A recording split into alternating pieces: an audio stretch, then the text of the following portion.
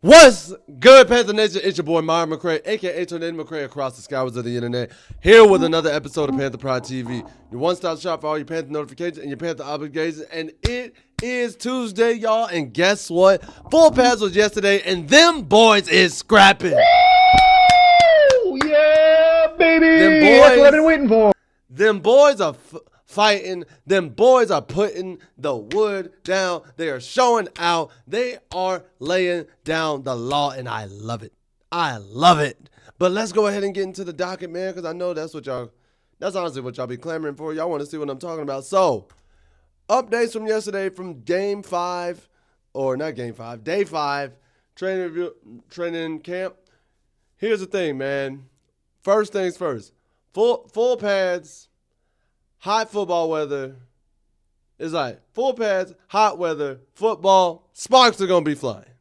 For the good, the bad, and the ugly, sparks are going to be flying. Y'all know how to get down. Number 2, Bobby Brown III and Sam Martin were clear to practice, so that is always a positive thing. Number 3, Robert Hunt and the O-line shined in 1v1 drills against the defensive line, so there's that. And then you had Mike Jack versus T-Mac continues to be absolute cinema. And lastly, in the kicking game, because we don't talk about the kickers enough, Ryan Fitzgerald and Matthew Wright are actually dead even, bro. So when I think about this, each highlight and each just, for example, topic. Because number 1, like I said, I love the energy that I've been hearing about. We're going to talk more about the incident in of itself here in a second. But I got to move forward and say I'm glad to see Bobby Brown and Sam Martin quickly recover from whatever non-football injury, whatever it was, whatever they had. I'm just happy that they're cleared, they're back, ready to rock, and it was on the first day of pads. That makes me happy, so I can't deny that. The O-line. Finally getting their lick back once the pads came on, man. Woo! Yeah, baby! That's what I've been waiting for. So if y'all don't know, or you live under a rock, I don't know what you're doing with your life, man. I really don't. If you don't know, the first couple of days, it definitely seemed like defense was winning the battle up front. Defense was just slowly dominating. However, once the pads went on and the linemen could utilize all the moves and weapons that they had in their arsenal, it's a whole different ball game, man. It's a whole different ball game. So I like hearing that the O-line won the battle up front. I honestly want them to win the battle most days. I don't think that's crazy to ask. Number 4, Jack and T-Mac continue, like I said, to be absolute cinema. They are just cooking and sharpening iron on one another, bro, because you had Mike Jack. Apparently, he locked up T-Mac on a play and it was a great disruption. Followed that up. T-Mac just goes right back at him. Very next rep. Mosses him for a great catch over the top. So, bro, it omits the negative question I had yesterday. It honestly omits that. And then when I look at the kicking competition, that's actually fairly interesting considering that they're both 7-10 over the course of training camp. And it's like you are genuinely right down the middle. Genuinely. So coaches are going to have to figure that out. And I know Cardinals saying never have 2 punters on the roster or whatever the case may be. Or 2 kickers on the roster.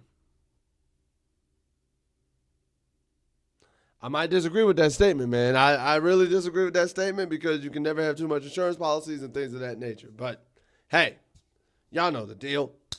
Next, got to move on to the subject of the day, the subject of the hour, the first subject of the millennia in Carolina lore, because we all know the last time we had a real noticeable fight in Carolina.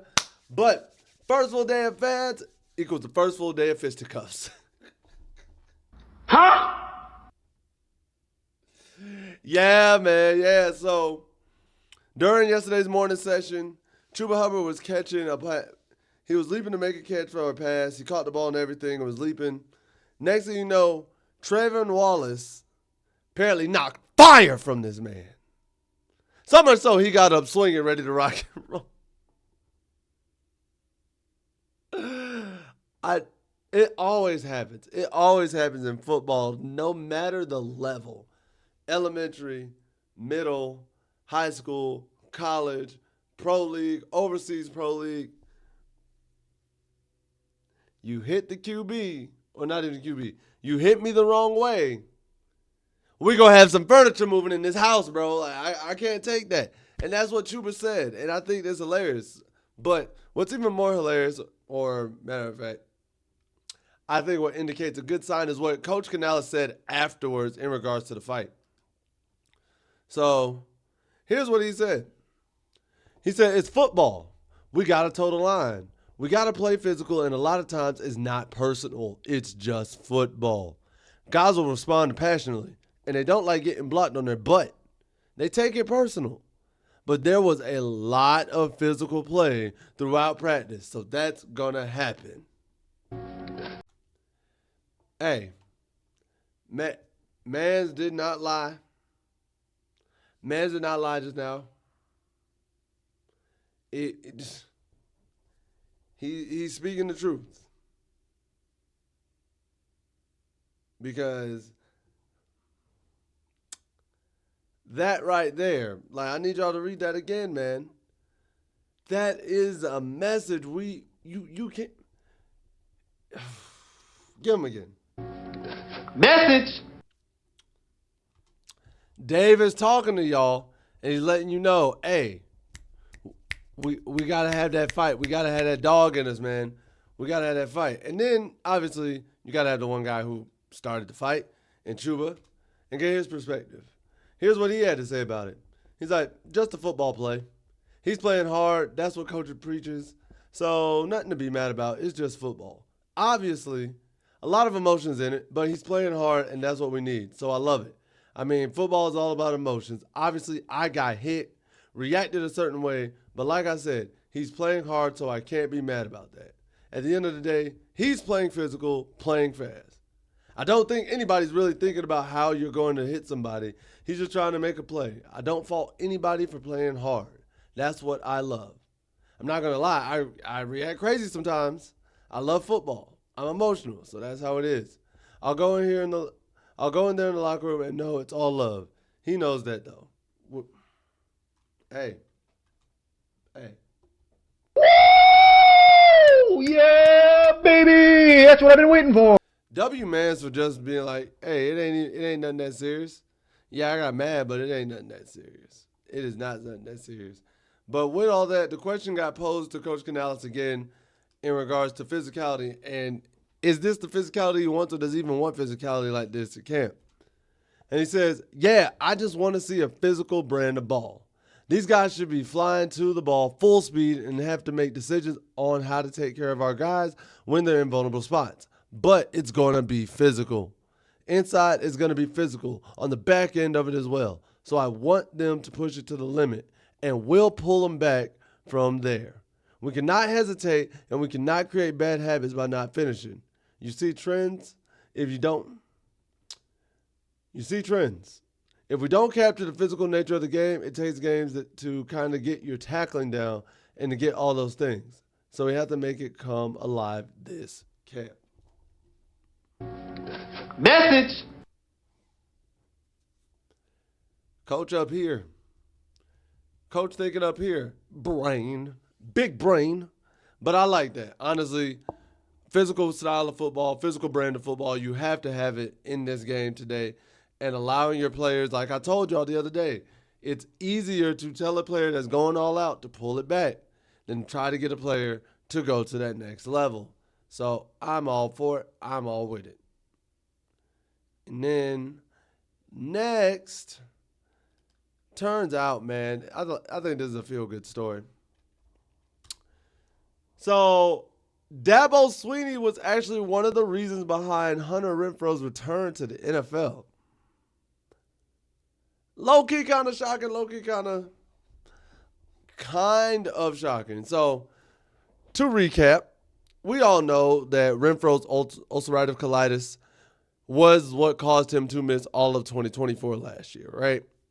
However, his mental love for the game was gone too, and he nearly considered retiring. He admitted this just yesterday.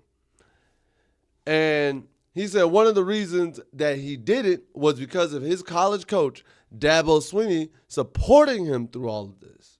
And here's what Renfrow had to say. Renfrow, when talking about Swinney, said, why would you not play? You had the opportunity of a lifetime. That's part of what makes him special. That's part of pushing to get the best out of people. Just believing in you even when you don't believe in yourself. Hey, coach. Round of applause, and I'll elaborate more as to why. Because Swinney, who was at practice yesterday, crazy enough, had this to say about it. He had this to say about Renfrow. He's like, Hunter loves to play. He loves to compete. It doesn't matter if it's pickleball or trying to throw a frisbee. I mean, he always just wants to compete. So watching Renfrow lose that spirit last year was sad for me. He just got in a place where he had lost his joy. He's always played for the love of the game, but it also stems from being healthy. So it's been awesome to kind of see him find that trend again. Woo! Yeah, baby! That's what I've been waiting for. I need y'all to understand something, bro. Having a great coach like that makes all the difference in the world. If you are a coach right now, please instill into your kiddos because it makes all the difference in the world. If you are being coached, listen to y'all coaches, man.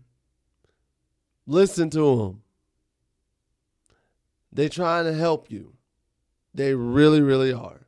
So listen to them and give them a chance. And now, time for our favorite segment. Time for... It is time for Panther Nation to speak your truth, baby. Let's go ahead and get into these comments. All right, first comment up out the door comes from the homie Jason Stevens, 25. My man said, hey, I love your show and I agree with everything you're saying. I wouldn't really look into the MJ and T-Mac battle since it's literally day one with pads on. In regards to who gets a cut from the wide receiver room, I'd have to say more. Everyone else can and will do everything he can as a wide receiver, and Jimmy is going to be our return man, then work himself into the wide receiver rotation like Agent 89 did. Showing love from Houston, and as always, keep pounding.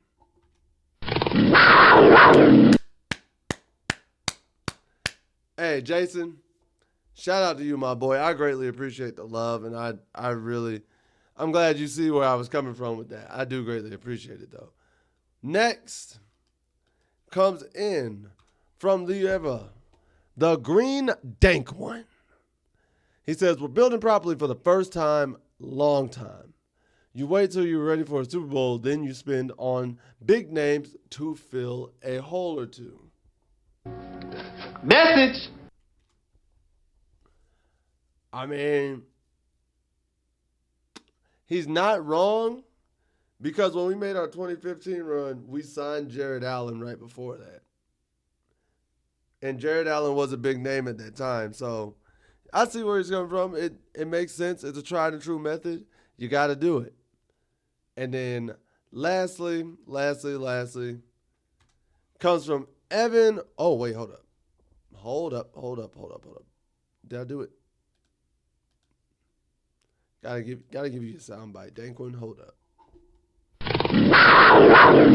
Gotta give you a soundbite, man. Gotta give you a soundbite. And then the last one comes from Evan Wells, 2924. He says, I agree with... Wait, what? No way.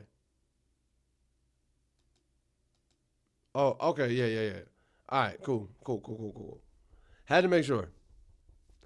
He says, I agree with you on the whole MJ and T-Mac stuff, and I think we need to move on from the MJ conversation. Him and JC are going to be awesome for us. I've been a believer of MJ since he came over to the Panthers. Y'all just wait. Love the show, man. I watch it every day on my lunch. Appreciate it, and keep pounding. Hey, Evan. Greatly appreciate you watching the show, man. And you're right, Mike. Hey, listen. When everybody said that Mike wasn't it, Mike proves to be an all-pro corner. You get first dibs to tell everybody on this channel, hey, I told you so. I'm just saying, man. But, guys, that's all I have for today's video. If you enjoyed this video, please make sure to like, share, subscribe, and hit that notification bell at the bottom. This way, you can always be notified of when these videos are dropping. Next, comment below and let me know, what were some of your takeaways from full pads finally being on? Are you excited about that? Do you love the physicality and the skirmishes that are going on at camp? And how, you know what? Drop a memory or drop your favorite coach from your lifetime that you know if you were going through something and wanted to hang it up, they would be there to support you and probably talk you back into finding the love of the game. Drop your coach right there. My coach, one of my coaches for sure, Coach Ken McNeely. Coach, if you're watching this, Coach Mack, if you're watching this, I love you always. But that man spoke not only to me as a basketball player, but as a human being, almost as a son. And he could definitely support me and encourage me to find the love of the game if I ever lost it. So everybody else, if you have that coach in your life, teacher, guidance counselor, actual coach, whoever, drop them in the comment section and show them some love, man.